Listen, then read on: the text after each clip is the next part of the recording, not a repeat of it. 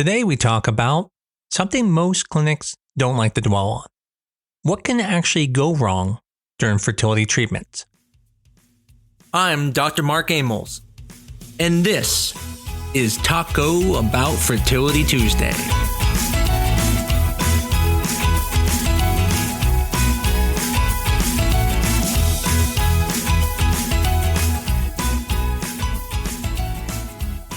Now, my goal today is not to scare you. My goal is just to prepare you because not everything always goes perfect. We'll break this into 3 sections. The first section will be simple treatments like timed intercourse. The second part, we will talk about artificial insemination, such as IUIs. And the third part, we'll talk about IVF. If you ever heard me in some of the other podcasts, you hear that I sometimes say setting expectations helps reduce the stress. And that's what we're trying to do today, help reduce the stress. Now, don't worry. I'm not here to scare you out of doing treatment. I'm here to prepare you for reality, not fairy tales, because sometimes fertility treatment isn't sunshine, rainbows, and 2 pink lines. Sometimes it's more like, wait, how did that go wrong? So let's talk about it. What could go wrong with timed intercourse cycles? Sometimes, when you take the medication for ovulation induction cycles, the medication doesn't work. I'm talking about people with polycystic ovarian syndrome. Sometimes Clomid and letrozole are not enough to get you to ovulate. And so what can happen is you're taking this medication that maybe someone gave you and you're having timed intercourse between cycle days 10 and 20, and you think you're ovulating, but you're not. And usually that will show up as not getting a menses on time, and is one of the reasons that some people will check for ovulation just to make sure it's working. So if you take something like that and you don't get your period at the normal time, like 28 days from starting it, there's a possibility it didn't work. Now, other things that can happen is sometimes it's hard to be able to have relations every other day for 10 days. Maybe the younger version of your husband's might be able to, but sometimes for other people it can be hard. And sometimes they're not able to be able to have intercourse that night. The disappointment on your face will definitely not help it. I can assure you they feel horrible. That pressure just mounts and makes it that much harder. It happens.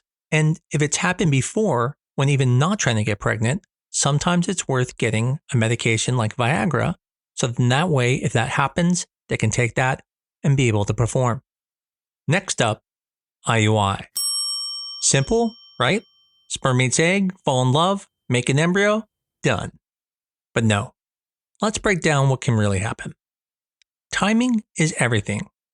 It's hard to believe, but even with monitoring, the egg might release early, or maybe later than expected.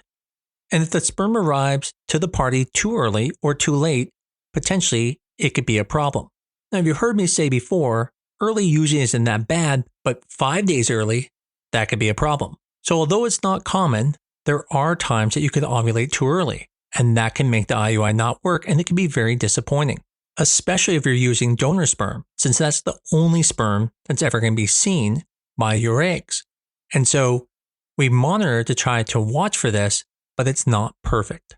If you are using donor sperm or have limited sperm and you do pre-ovulate, it may be worth not even proceeding with that cycle because the sperm will get there too late. One thing you wouldn't expect is that when we wash the sperm, you would think, oh, well, if they start with a good number, we should have a good number afterwards. But sometimes after we wash the sperm, there's not as much left. And unfortunately, that sperm count of 40 million that he felt that was Superman-ish like, unfortunately, there's just not enough sperm now to do the IUI, or it's so low that the chances go down tremendously. It's frustrating, and there's nothing you can do about it. Unfortunately, sometimes the sperm is so poor quality that during the wash, you can lose a lot of sperm. And just like with timed intercourse, there are times where men can sometimes have performance anxiety and they're not able to perform a sample. And as I mentioned earlier, the worst thing is telling them, how dare you not give sperm? And so that can make it harder. And so I want you to be prepared that this can happen. There is a lot of pressure. They know they need to give that sample and they just can't. Now, there are some things you can do. Some just taking a break, going home, maybe trying at home. I've literally told people, do whatever you have to, just get the sperm. Even though we tell them don't use lubricants and stuff like that, I say do whatever you have to, because some is better than none. Sometimes there can even be things in the sperm that we see that were not expected, such as the sperm count was much lower than we anticipated, not because of the wash, but just because he had a bad day. When that happens, guys' sperm fluctuates a lot. And so if you're one of those people where maybe it wasn't high numbers, but he was in a normal count, it's very possible on the day of the IUI, it won't be enough. Another thing that can happen on the day of the IUI is that it is very difficult to place the catheter inside the uterus. You would think it's just this open tube. You just go put it in, but it doesn't work that way. It's actually quite difficult sometimes to place a catheter into certain uteruses because the cervix can be quite circuitous. Maybe you have fibroids, or maybe you have cervical cyst, and that's causing the canal to bend and curve in ways that are not easy to get the catheter in. And so sometimes it can take a long time for them to place the catheter in. It can sometimes even be quite uncomfortable. Now, the good news is if they can get the catheter to where it needs to be, past the cervix, chances are still the same no matter how long it took. But if they can never get it past that cervix, it's very possible they might have to cancel your IUI that day. Now, some places will just shoot the sperm into the cervix or into the vagina, but technically that didn't benefit you. You really need to get past the cervix to really improve the chances for an artificial insemination to work. Another thing that can go wrong is that sometimes you don't respond as well as you wanted to. So you take the medication, they give you a lot of medication, and you still make one follicle. And that's pretty frustrating because you feel like, well, I can do that on my own. Why am I paying you to do this if you're just giving me the same thing I get on my own? And that's not because they didn't want to make another egg. That's because sometimes some bodies don't respond as well. And so unfortunately, even though the intent was to make more follicles, your body only made one, and again, it can be frustrating. Now, if your reason for doing the IUI is because there is male factor, well, then keep doing it because that was really what you're fixing. But if it's unexplained and you're trying to make more eggs, obviously that could be very frustrating. The other issue is, what if they do too good of a job? What if you make too many follicles and now they're concerned about having multiples? Well, in your mind, in my mind, when we were going through, we're like, yeah, fine. 3 babies, 4 babies, 5 babies, hit me with them. I don't care. I want to be pregnant. And I get that. But the thing is, that is not something that a doctor can be okay with. And so if there are too many follicles and it's too dangerous for you, they will cancel your cycle. Now, every clinic is different, and it doesn't make them wrong. There are some clinics, you have 3 follicles, they may cancel you. Others, maybe 4. Others, 6. The point is, it's going to be in the hands of the doctor and what they feel is safe for you. If you're 44 and you got 6 follicles, I don't even care. You're going ahead, not worried at all, because I know the chance of all those embryos being genetically normal are low. But if you're 22 and this is your first IUI cycle, I'm going to be very concerned even if there's over 3. And it's very frustrating when you went through a whole cycle and then all of a sudden they cancel it. And you feel like, well, it's no fault of my own. You're the doctor. Why did you screw up and make so many eggs? Now, that can be very frustrating. One of the things that are so frustrating about it is that you didn't cause it. You listened to the doctor. You took the medication they prescribed. And yet, now they're canceling your cycle. And if you're held financially responsible for it, it's even more frustrating because you're like, you did this, not me. You're the doctor. But the point is, it truly is no one's fault. It's just one of the things that we can never know if someone's going to over-respond. And our goal is always to be the safest for you. Now, if they do it 2 times in a row, well, then, yeah, they're a bad doctor and you should really be upset. But one time it happens because sometimes people just over-respond.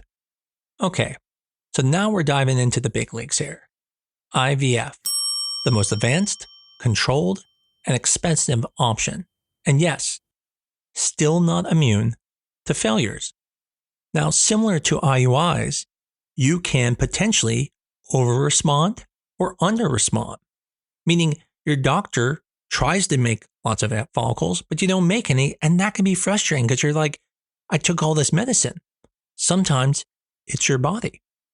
That even though they give you the highest doses, that's all your body can do. Matter of fact, there are months where you can go through IVF 3 times in a row.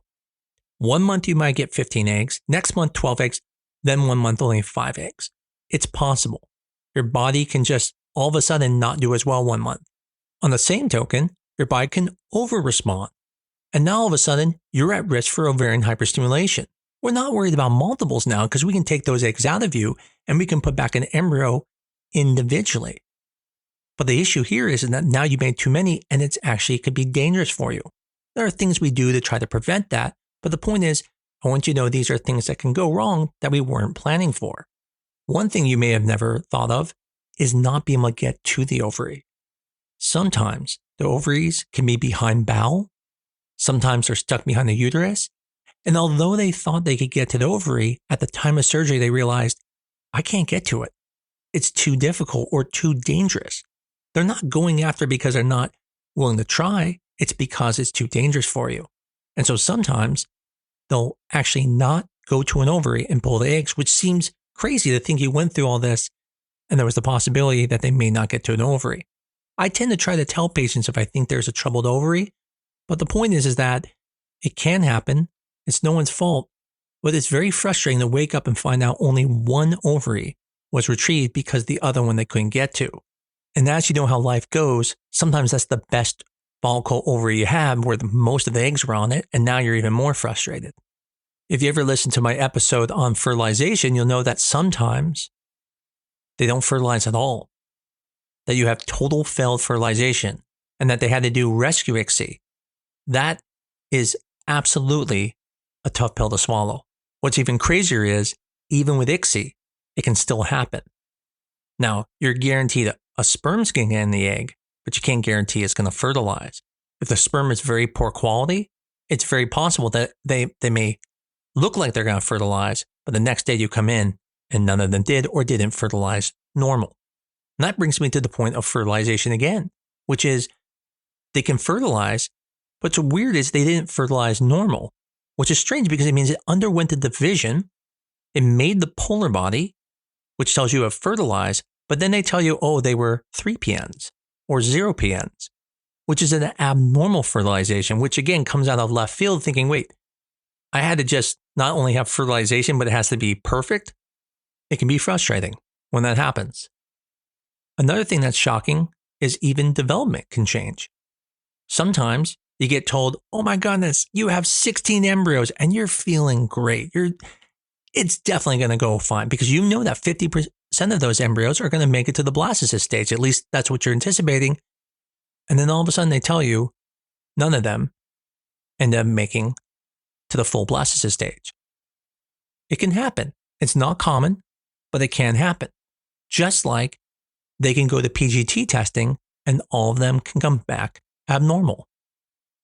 There are things, unfortunately, we can't predict. And these are some of those things that can happen. Now, obviously, if you've been through a cycle and your doctor has set up expectations, you may be knowing these things can happen, right? If you only make 3 eggs, there's a higher chance you can come away with no embryos or no normal embryos.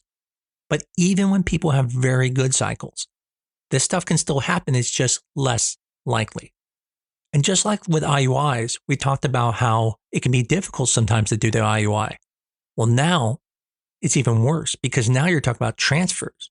A tilted uterus, a stubborn cervix, all that can potentially be an issue of getting that catheter in the right spot.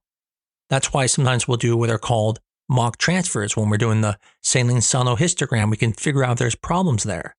And if there is, we can be prepared for it. But sometimes things can still be different on the day of. You can get in there and all of a sudden the catheter won't go past the cervix. Well, what do? Do you force it? Or if you force it, you get in the bleeding and that can mess up the whole thing. Now, although it doesn't happen often, it can happen. Some clinics, like ourselves, will do what's called an afterload technique, where we'll actually put the catheter in first, make sure it's in the place it needs to be, and then bring in the inner catheter to do the transfer. That way, we don't have to worry about running into any issues when doing the transfer. But I've been in other places where you bring in the catheter with the embryo and you put it in. And if you start struggling, that means the embryo is sitting out longer and longer. And so that's why a lot of places go to that afterload technique. It's important to understand it's not needed. It's not wrong if they do it a different way. It's just important to understand that there can sometimes be issues when trying to do the transfer. And sometimes those issues can be things as simple as the ultrasound is very difficult to see, or your bladder's not very full. Maybe there's a fibroid that's making it hard to see. The point is, Sometimes things we don't think about can later come up. And the one thing we all worry about is that when everything looks perfect and still no pregnancy, sometimes implantation can fail. Sometimes the uterus isn't receptive. Sometimes it's just bad luck. And sometimes we honestly don't know. Unfortunately, it is a possible outcome. The rarest thing, though, and extremely rare, is going to be a lab error. The labs are very good. And honestly, I think labs are actually quite amazing. I know there's stories out there and there's news articles where labs have made mistakes. But when you really think about the sheer number of how many eggs and embryos that they work with, the fact that there are just so few mistakes is astounding. But it's also important to understand that we're dealing with humans. And yes, it is possible there can be a mix-up. It is possible there can be contamination. It is possible when they're thawing an embryo, someone can have a mistake and something can go wrong. We're all human and it can happen.